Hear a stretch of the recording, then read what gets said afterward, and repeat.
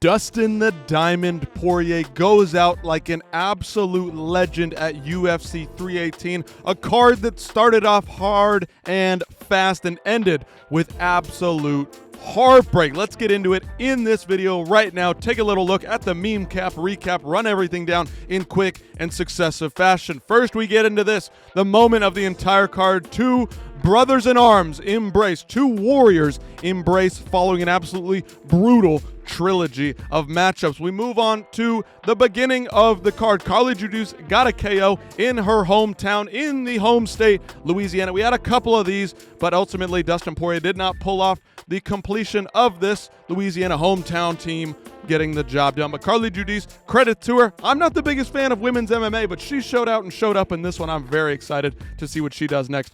Bruno Ferreira followed this up with another couple of finishes. I mean, we had a lot of finishes, not just Bruno Ferreira, but a couple more finishes to get this card started. It was absolutely stacked. Shout out to Jason Williams here for the footage. Bruno Ferreira gets the submission. He locks it right the fuck up and gets shit done. Absolutely fantastic from him there. We continue on. Ryan Spann, the big heavyweight. We thought he couldn't get things done at heavyweight, showing out against Wallo Acosta Cortez, whatever the fuck his name is. Waldo, I can't find the words because you can't find Waldo. That's right, Waldo Cortez Acosta defeated Ryan Spann, but no longer. Ryan Spann continues moving on up the heavyweight ladder, takes out Lucas Brzetzky, who once upon a time was a jacked motherfucker. No longer. He's a fat, sloppy heavyweight. And we continue moving through the fight card. Jimmy Crute gets another finish. Yeah, that's right. 4 straight finishes to start off the card. In this one, gets himself a crazy armbar submission. There he is, laying in the crowd. I mean, just an absolute barn burner of a start to this card. I mean, these guys were running through guys. They were finishing everybody.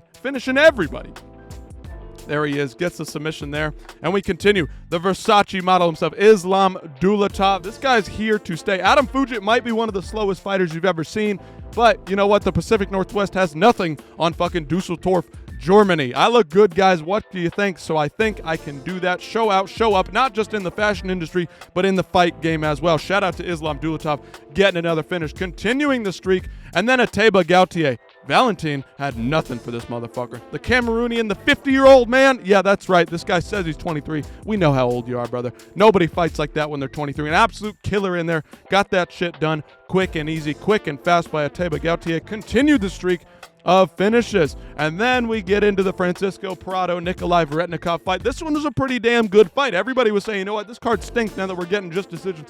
This was a great fucking fight.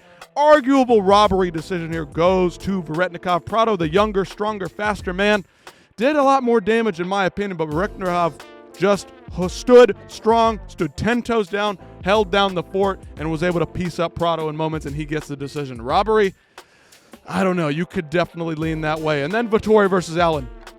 2 retards fighting. Yes, that's what this was. I thought Allen came out, shot out like a cannon in this one, took down Marvin Vettori, hit him with some knees, some elbows, busted him up, broke the nose early in the fight, and then just fell off a fucking cliff. He was going for all kinds of knee bars. I mean, this dude, I don't know what the fuck Brendan Allen's doing half the time. Half the time, he's the best fighter in the 185 division, but like, the other half the time, what the fuck is going on, man? What is this shit? How do you let Vettori come back in this one? They fought hard. It was a great back and forth brawl. Shout out to Vettori. He's been through some shit lately, but man, he showed up to fight, and this was a great banger of a matchup. Yes, are they 2 stupid motherfuckers that just come forward and slang and bang sometimes?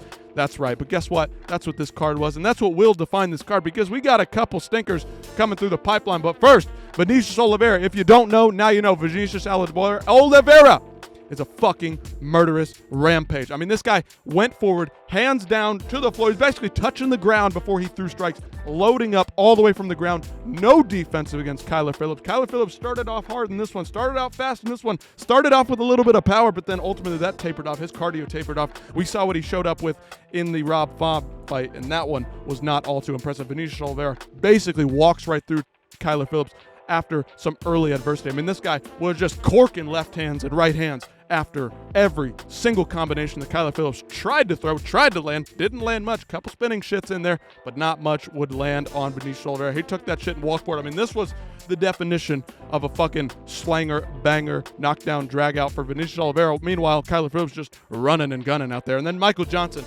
I mean, what can you say? This was the absolute unction on the main card, an absolute unk fest on the main card. Michael Johnson gets it done over Daniel Zellhuber, cracks Zellhuber, faster than Zellhuber, more powerful, more technical. I mean, this guy had everything over Zellhuber. No, Nick Zick, the coach of Zellhuber, kept telling him, slow it down. We're going to get to this guy. Just get after him, man. Just start throwing. He never really started throwing shit. The much younger and faster guy, allegedly coming into this one, didn't do shit the old man. Nothing. Had nothing for the old man. Michael Johnson gets it done in impressive fashion, and we keep moving forward. Even though Dan Ige might have won 13.5, 13 and a half, whatever you want to say, he might have won a whole entire 3-round fight against Dan Ige. But you know what? He showed up and did fucking damage when the time was called. Okay, when it was his number, when it was his name called, he showed the fuck up and did damage. Hit Dan Ige with some shots that you've never seen Dan Ige tell you.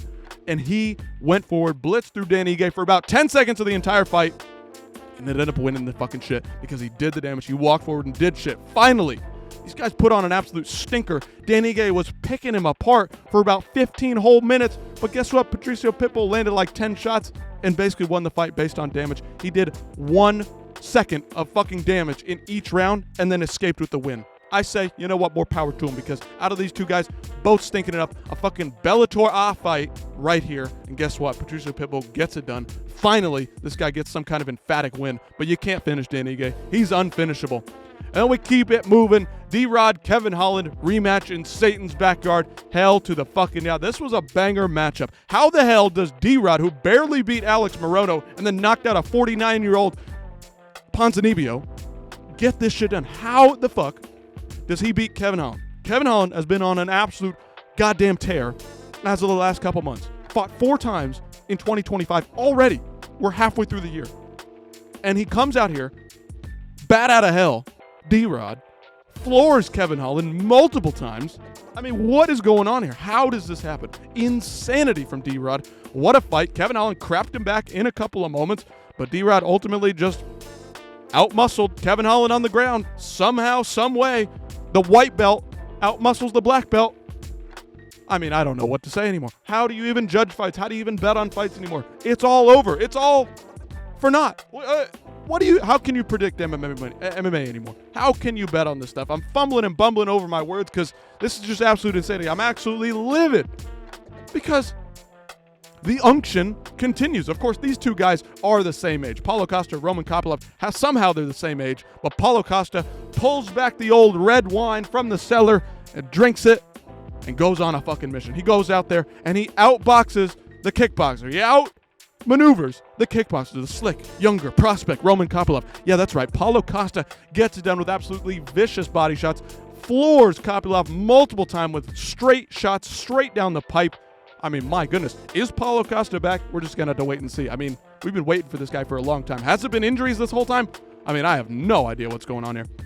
And then ultimately, Dustin Poirier, Max Holloway. Max Holloway arguably schools Dustin Poirier on the feet. Dustin Poirier had his fucking moment, and boy, were they fucking epic. He pulled that fucking guillotine. He hurt Max Holloway, almost dropped him, basically dropped him. He did fucking drop him. Yeah, that's right.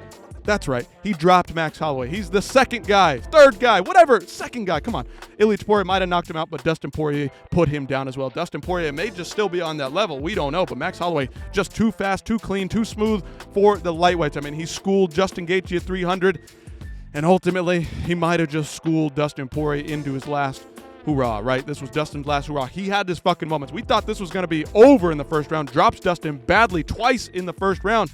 Dustin recovers, comes back out, and he puts that pepper on him, man. He brings out that Louisiana fire, and he gets some shit going, and it was a barn burner from third round to the end of the fight. I mean, they threw down. Last 10 seconds, man. Max Holloway pointed to the ground. Dustin obliged, and they swung for the fences. Ultimately, nobody went down, but man, respect to Dustin Poirier. It is the end of a legend. It is the final fight in his career. He officially lays the gloves down.